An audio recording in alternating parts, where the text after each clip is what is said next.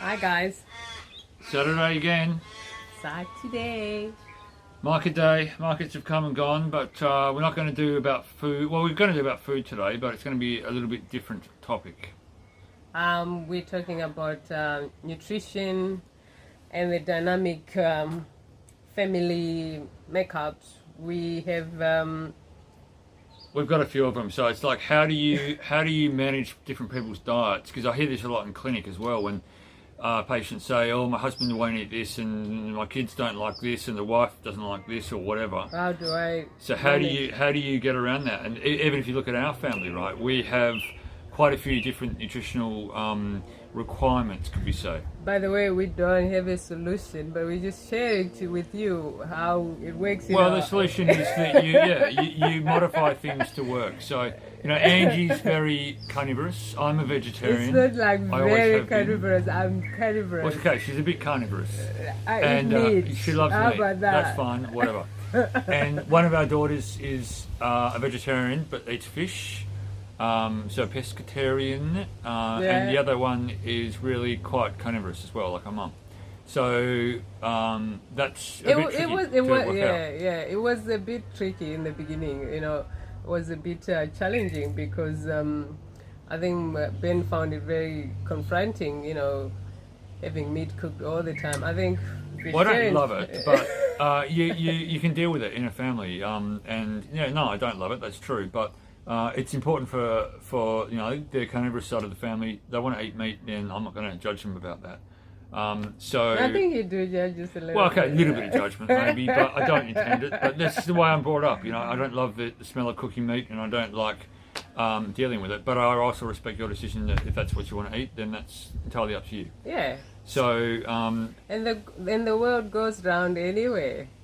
But within families, this is what you get. You get these different challenges that you have to try and work out. Yeah. So how do you? Well, for us, we make compromises. That's kind of what we do. So the carnivores can eat more vegetarian-based meals, and then if they want to have chicken or whatever on the side, then they can cook that, and that's kind of how we get the balance right. Because it's usually good for very carnivorous people to have a bit more plant foods in their diet, and most of them are pretty okay about that. Yeah, because we actually have a cooking roster where every one of us cooks every other night, and we find it quite easy that way because even though we eat meat, we don't make meat the center of our meals, so it makes it easy. Prepare a vegetarian meal, then meat on the side. Yeah, and that does work quite well. And then again, if you want to have a more heartier plant-based meat, then you do that. I eat a lot of tofu. I quite like that. Or you have a lot of legumes and sort of plant proteins. Yeah. And most carnivores are pretty okay with that. It works quite well. And the other thing about us as well, our dynamic, as much as we are different colors, skin colors. We also have, Ben is always trying to put on weight, and I'm trying to maintain your weight.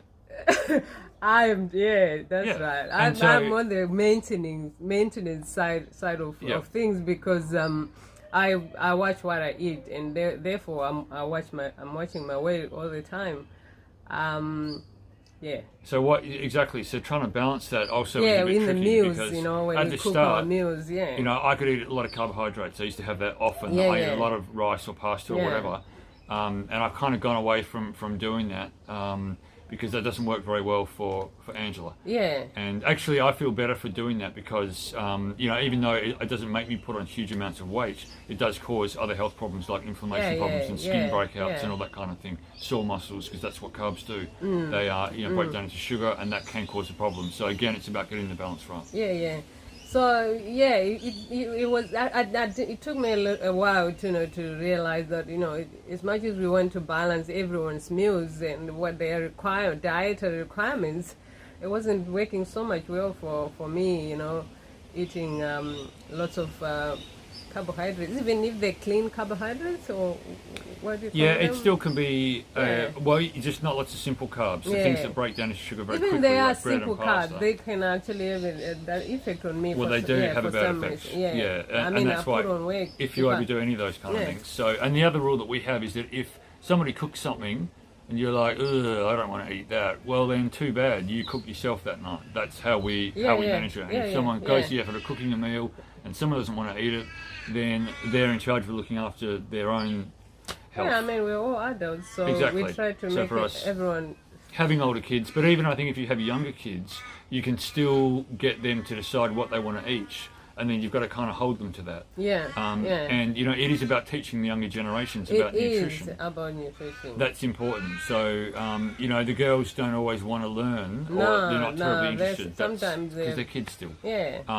But they will retain these lessons for later on in life and be able to teach their kids, and that's a big part of why we do it, is to you know, teach some of that knowledge. And I wasn't good when I was a kid. You were a good example. No, I wasn't good at all. But I had that original stuff taught to me. I know. And then in my early 20s, when I wasn't doing incredibly well nutrition-wise, I had to go back to what I'd been taught, because I had that foundation knowledge, and that was really, really important. And if you haven't got that, you never taught that, that's when you're going to get into a lot of trouble, because you've got no way of breaking that. Yeah, I think the main issue that I see for me is having too much choice of what to eat.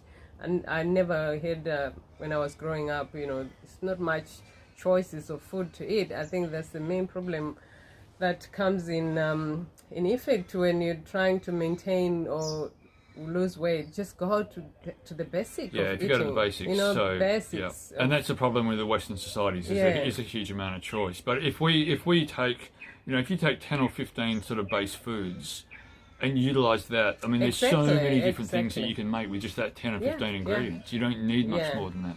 Yeah. So you know, simplistic I is always eat best. less than that. Probably less. But, and you get used to having staple things, and that's actually good for the body. It's good. It's good to maintain that. Yeah. So, and you know, you change it a little bit with the seasons. So, coming to the end of winter now, we're in spring, and then summer's going to be around more. So there's going to be, you know, a lot more fruit in the diet, because we're in Australia and this is the summer, and that's what gets produced here. So you have to modify a little bit in terms of seasonal stuff. Is important too, definitely. All right, it was nice. Well, that's just what we wanted to touch on a little bit today. So hopefully that makes some sense. So, you know, the moral from today is, yes, it is a challenge to cook properly for families, but you can do it if you can come up with some basic guidelines of you know, how you're going to set out your meals for the week, and then you've got to stick to that. And you know, there's always a way to come up with a solution if you have a plan. Yeah, you work it out. See you guys. Good to see you again. See you next week.